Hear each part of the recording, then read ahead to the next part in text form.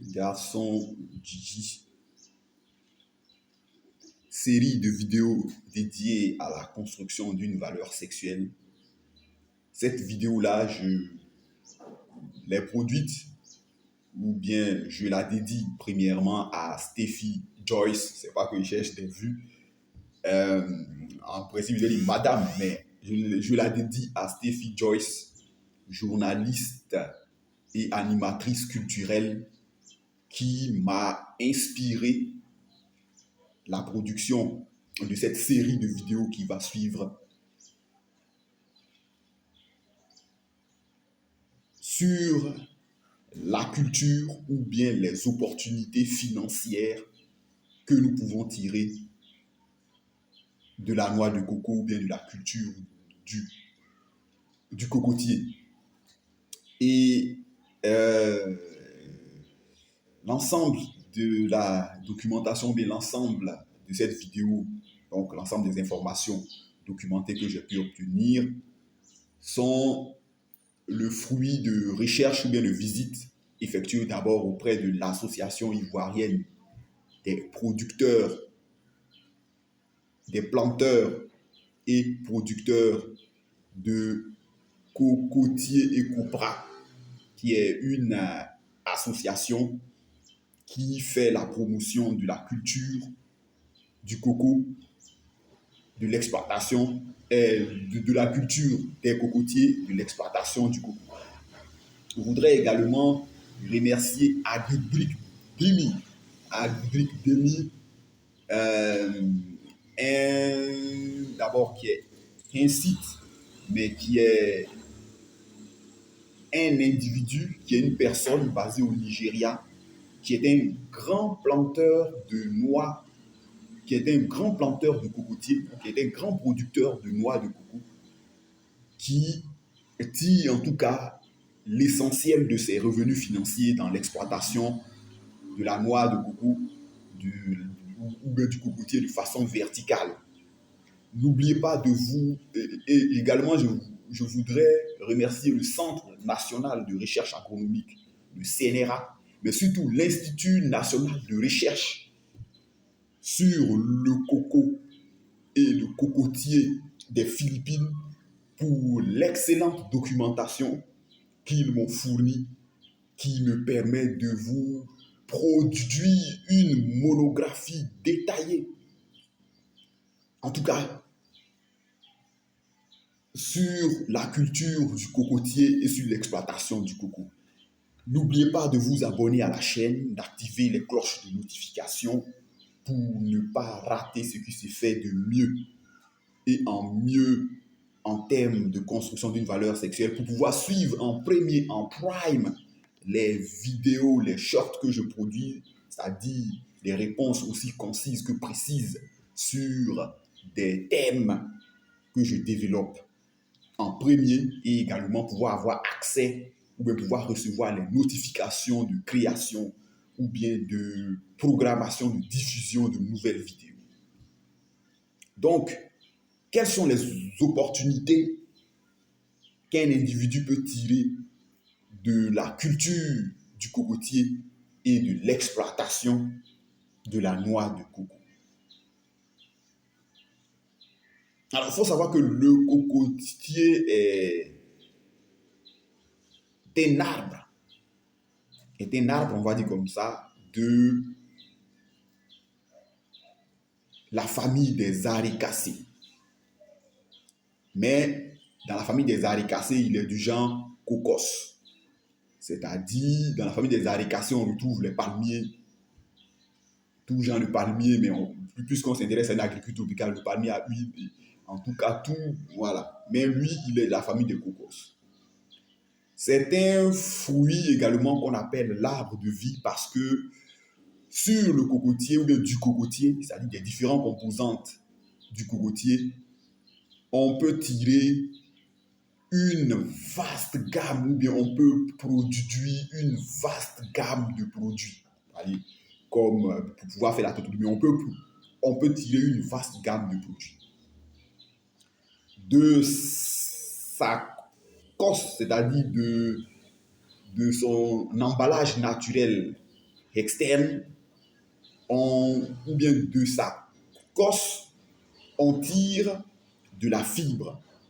De la fibre qui est une matière très élastique qu'on peut utiliser pour fabriquer, des sacs,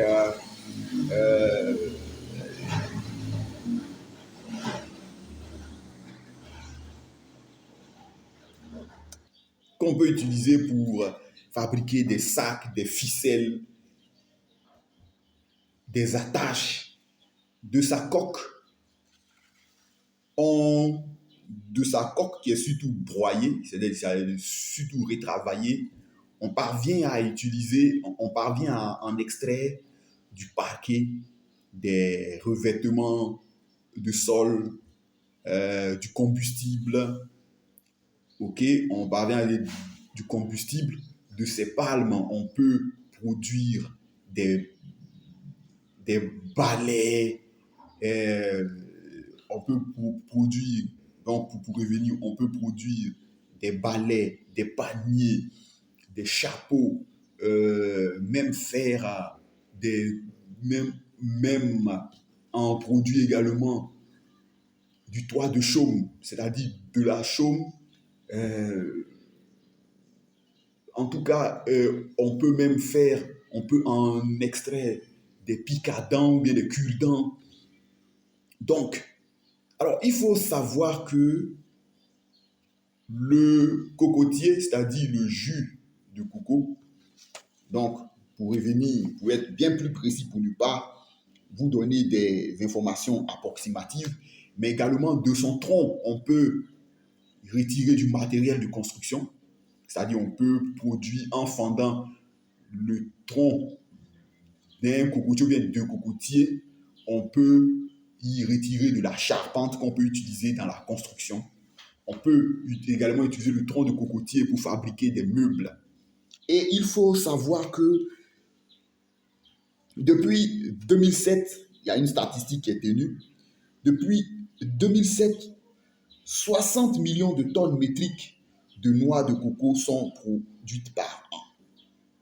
Et 50 produits dérivés,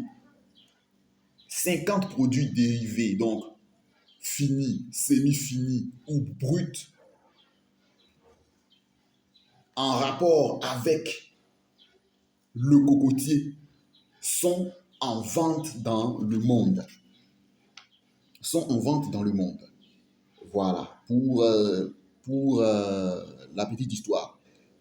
Depuis 2016, avec l'avènement de la consommation végane ou bien de la consommation bio, le le jus de coco est à l'honneur.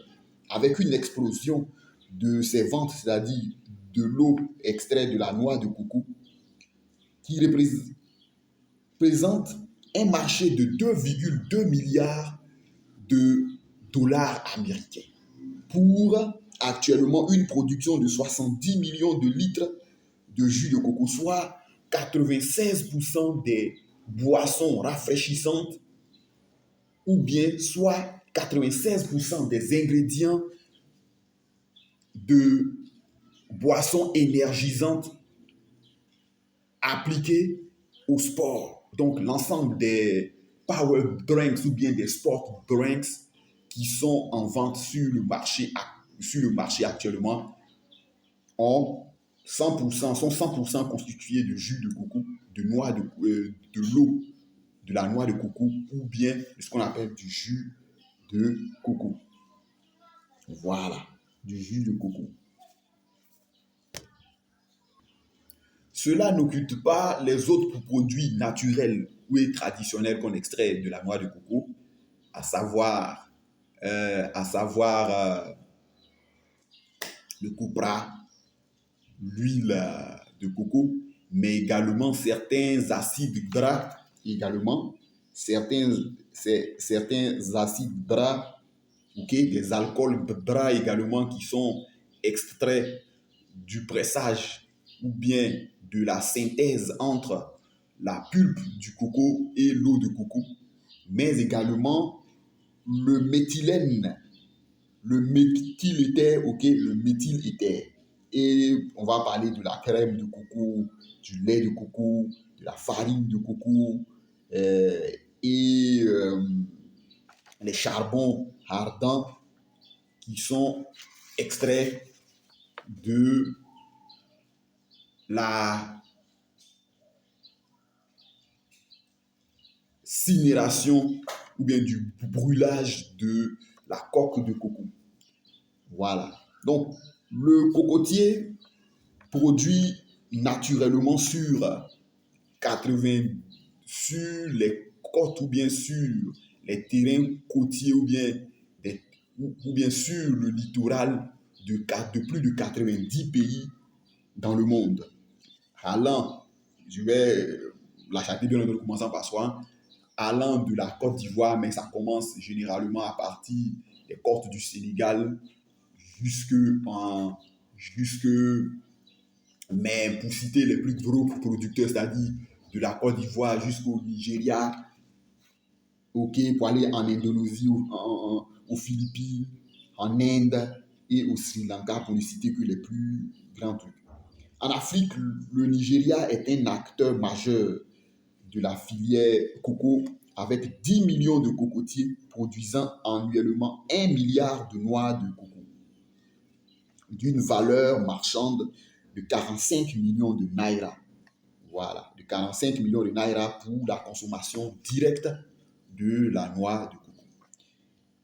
267 250 tonnes métriques donc de noix de coco non traitées sont 267 250 tonnes métriques de noix de coco non traitées sont dédiées à la production de l'huile mais on arrive à n'en produire que 1500 tonnes. 1500 tonnes métriques d'huile. Alors, ces chiffres que je donne là, c'est par rapport à l'agriculture du Nigeria. Le Nigeria, mais tout comme la Côte d'Ivoire, sont des figures de proue. Donc, je vous dis ce qui est.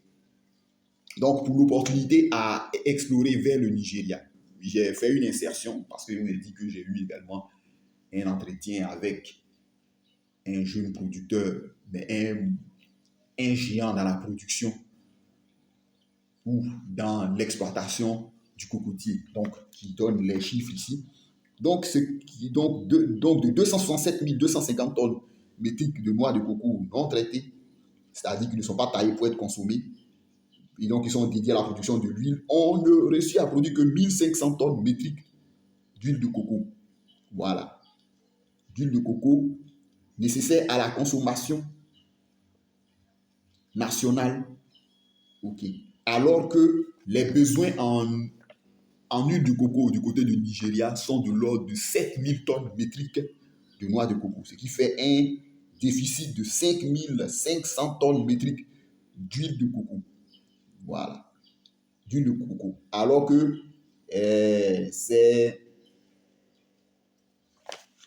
huiles-là, ou bien cette huile-là, est dédiée à 100% aux productions industrielles. Productions industrielles telles que les industries pharmaceutiques, okay, la fabrication de produits cosmétiques, en passant par les confiseries et les ménages. L'industrie nigériane sucrière, c'est-à-dire l'industrie nigériane du sucre, a besoin de 2000 tonnes d'huile de coco vierge. D'huile de coco vierge. Donc, je vais vous citer ici, pêle-mêle, les éléments que vous pouvez ou que vous pourriez extraire de votre noix de coco premièrement. Vous pouvez en extraire de la pulpe. Voilà. Desséchée, elle sert à la fabrication des beignets, du sauce, à la fabrication du pâte dentifrice parce qu'on peut utiliser la pulpe du coco pour fabriquer de la pâte dentifrice et de lait. L'huile de coco sert à l'alimentation ou à la fabrication de produits de beauté, de combustible lampant, c'est-à-dire on peut utiliser ça comme carburant ou bien comme en remplacement du pétrole dans les lampes tempêtes ou bien dans les éclairages, dans les zones où il n'y a pas d'électricité ou bien en cas de coupure, par exemple, d'électricité chez vous. Ok. Donc, les palmes de coco également servent à la fabrication du balai, je vous l'ai dit, du sac à main, du chapeau, d'éventails, de tissus, de pics, ok, du toit de chaume, la coque de coco. De la coque de coco, on en extrait de la fibre pour fabriquer des matelas, des brosses à dents ou des brosses euh, pour l'entretien ménager, des filets, du combustible, des conservateurs ou bien des isolants, des tapis, des tissus géotextiles, ok, du terreau même, des racines, des racines de la noix, des racines du cocotier. On extrait d'abord des médicaments, mais c'est surtout utilisé à usage médicinal, et de la racine du cocotier également, on extrait de la teinture utile tant pour teindre les vêtements, les objets que les cheveux. Voilà. J'espère vous retrouver pour une prochaine vidéo. D'ici là, portez-vous bien et à très bientôt.